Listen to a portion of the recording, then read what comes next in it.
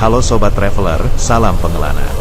Sekarang kita akan membahas tentang keputusan PO Sudiro Tunggajaya atau yang sering disingkat STJ untuk membuka trayek sampai ke Madura, lebih tepatnya sampai ke Sumeneb. Persaingan di tanah Madura semakin memanas.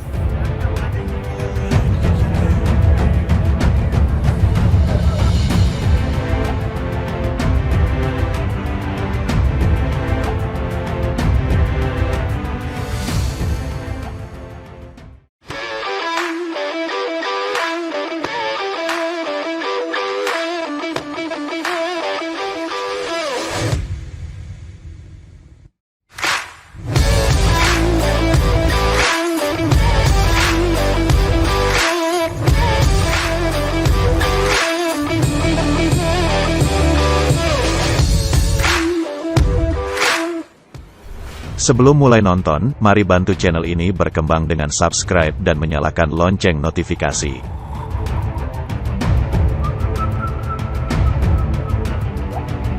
Madura adalah sebuah pulau yang terletak di sebelah timur Laut Jawa Timur. Sebagai sebuah pulau tersendiri, tentu Madura terpisah letaknya dari Pulau Jawa. Pada tahun 2009, Jembatan Nasional Suramadu mulai dioperasikan. Jembatan ini melintasi Selat Madura dan menghubungkan Surabaya sebagai titik paling timur di Pulau Jawa dan Bangkalan sebagai titik barat di Pulau Madura. Sejak dibukanya Jembatan Suramadu, perpindahan antar pulau menjadi jauh lebih mudah karena tidak perlu lagi mengantri untuk masuk ke kapal penyeberangan. Banyak perusahaan otobus yang melihat peluang ini sebagai salah satu jalan untuk mengembangkan usahanya sehingga banyak PO yang akhirnya memutuskan untuk melayani penumpang menuju dan dari Madura. Ujung barat Madura ada di kota Bangkalan, sedangkan di ujung timur ada kota Sumeneb. Jarak Bangkalan dan Sumeneb sendiri lebih kurang 140 km dengan waktu tempuh sekitar 3-4 jam.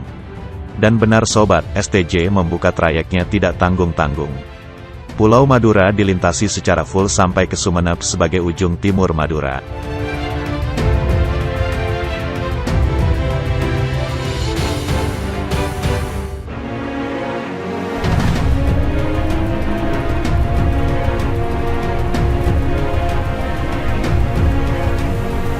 Sementara itu, Jakarta dan Sumeneb sendiri dipisahkan oleh jarak lebih kurang 950 km berdasarkan Google Maps. Dihitung berdasarkan rata-rata, jarak tersebut ditempuh dalam waktu sekitar 13 jam via jalur utara Pulau Jawa. Hal tersebut berdasarkan asumsi bahwa perjalanan dilakukan secara full non-stop dan tidak mampir-mampir ke tempat lain untuk menjemput penumpang. Jika mengikuti rutinitas bis yang biasanya mampir dulu ke beberapa terminal dan agen, perjalanan Jakarta-Madura akan ditempuh lebih kurang selama 16-20 jam perjalanan. Hampir dapat dipastikan, perjalanan Jakarta-Sumeneb sungguh merupakan perjalanan yang panjang. Sehubungan dengan hal ini, keputusan untuk memilih PO yang akan membawa kita menuju Madura atau dari Madura menuju Jakarta akan menjadi keputusan yang harus diambil dengan pertimbangan matang. Pertanggal 24 Juli 2020, STJ merambah aspal Pulau Madura. STJ akan menjemput penumpang di wilayah Jabodetabek dan melewati kota-kota seperti Surabaya, Sampang, dan Pamekasan sebelum akhirnya parkir di tujuan akhir yaitu Sumeneb. Keputusan STJ untuk membuka trayek ke Sumeneb membawa kabar gembira bagi STJ mania area Madura karena bis favorit mereka akhirnya mengaspal di pulau tercinta. Selain memberikan banyak alternatif bagi penglaju Jakarta-Madura, keputusan STJ ini juga memberikan keuntungan bagi calon penumpang karena PO yang melayani trayek yang sama akan berusaha meningkatkan kualitas pelayanan demi merebut hati calon penumpang. Kehadiran STJ dengan trayek Madura tentu membawa aura persaingan bagi PO yang terlebih dahulu melayani trayek tersebut. Beberapa PO yang sudah terlebih dahulu membuka jalur ke arah Madura antara lain Pahala Kencana, Gunung Harta, Lorena dan Karina, Haryanto, Madukismo dan Akas Group. Silakan tuliskan di kolom komentar di bawah jika sobat tahu bis dari PO lain yang juga mengaspal sampai ke Madura selain yang sudah saya sebutkan barusan. STJ sendiri menyediakan 4 titik pemberangkatan di Jabodetabek yang akan mengangkut penumpangnya ke Sumeneb. Titik tersebut diterjemahkan menjadi 4 lintas. Lintas 1 yaitu Bubulak Sumeneb. Lintas 2 yaitu Cilengsi Sumeneb. Lintas 3 adalah Tanjung Priok Sumeneb. Dan lintas 4 yaitu Cinglung Sumeneb. Untuk harga tiketnya tentu berbeda tergantung titik tujuan akhir. Untuk trayek Jabodetabek Surabaya Blega, STJ menetapkan harga tiket sebesar Rp430.000. Untuk trayek Jabodetabek-Sampang, tiket dibanderol dengan harga Rp460.000. Sementara untuk Jabodetabek-Pamekasan, penumpang diwajibkan untuk membayar tiket seharga Rp510.000. Dan yang terakhir yaitu yang melayani titik paling jauh Jabodetabek-Sumeneb, STJ menjual setiap kursinya seharga Rp530.000. Kelas bis eksekutif didapuk untuk melayani penumpang jurusan ini. Adapun fasilitas yang diberikan yaitu toilet, servis makan, selimut, leg rest, bantal, snack, dan hiburan berupa LED TV. Fasilitas yang diberikan tentu sebanding dengan harga tiket yang ditawarkan karena STJ tentu tidak ingin mengecewakan pelanggan setianya. Meskipun terbilang baru di dunia transportasi Indonesia, STJ yang saat ini baru berumur 3 tahun berani menggebrak dengan membuka trayek-trayek di jalur panas yang sudah lebih dahulu didominasi oleh nama-nama senior di dunia perbisan Indonesia.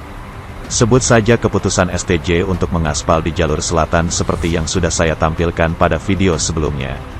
Di mana STJ berani bersaing dengan nama-nama seperti Rosalia Indah, Sinar Jaya, Maju Lancar dan juga Budiman. Tidak dipungkiri pesatnya perkembangan STJ menjadi PO sebesar sekarang dalam waktu yang singkat tentu tidak lepas dari dukungan para manianya. Tidak hanya mendukung di media sosial tapi juga sebagian besar dari mereka tentu merupakan praktisi pengguna angkutan bis yang sering bolak-balik antar kota dengan menggunakan STJ. Loyalitas para mania inilah salah satu faktor suksesnya perkembangan STJ sehingga menjadi anomali di dunia transportasi di Indonesia.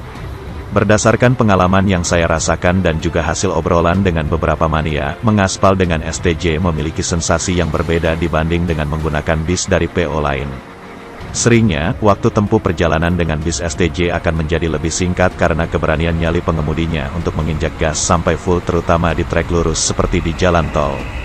Hal ini juga didukung oleh mekanik-mekanik handal di belakang layar STJ yang bertangan dingin sehingga setelan mesin armada STJ dapat dipacu maksimal namun tetap terasa nyaman tarikannya bagi penumpang. Bis terasa enteng untuk diajak berlari di jalan tol. Hal inilah yang saya rasakan ketika berkesempatan menjajaki salah satu armada STJ dalam perjalanan terakhir saya kemarin. Dengan isu kesehatan yang berkembang beberapa bulan terakhir ini, saya melihat kecenderungan bahwa orang lebih memilih untuk bepergian antar kota dengan menggunakan moda bis. Hal ini dikarenakan pesawat yang meminta adanya hasil tes kesehatan bagi mereka yang ingin menggunakan moda tersebut. Sementara belum semua kota di Indonesia dihubungkan dengan jalur kereta api. Akhirnya bis menjadi alternatif pertama karena persyaratannya yang tidak seketat jika hendak menggunakan moda pesawat terbang. Dengan pembangunan infrastruktur yang sudah semakin membaik, sehingga membuat kota-kota besar lebih mudah diakses dengan adanya jalan tol. Hal ini membuat waktu tempuh pun semakin cepat. Moda transportasi angkutan jalan darat pun mampu bersaing kembali dengan pesawat atau kereta api.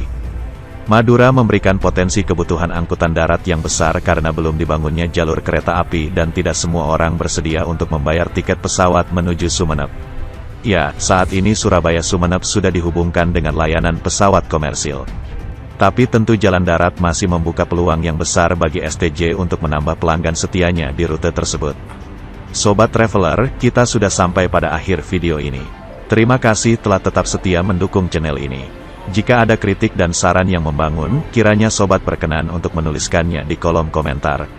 Saya sangat berterima kasih atas dukungan sobat-sobat setia atas masukannya yang sudah saya terima baik melalui komen maupun ke email. Terima kasih telah menyaksikan video ini. Nantikan video saya berikutnya. Selalu jaga kesehatan. Salam pengelana.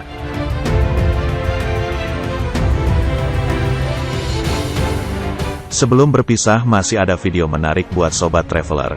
Langsung klik saja kotaknya untuk menonton.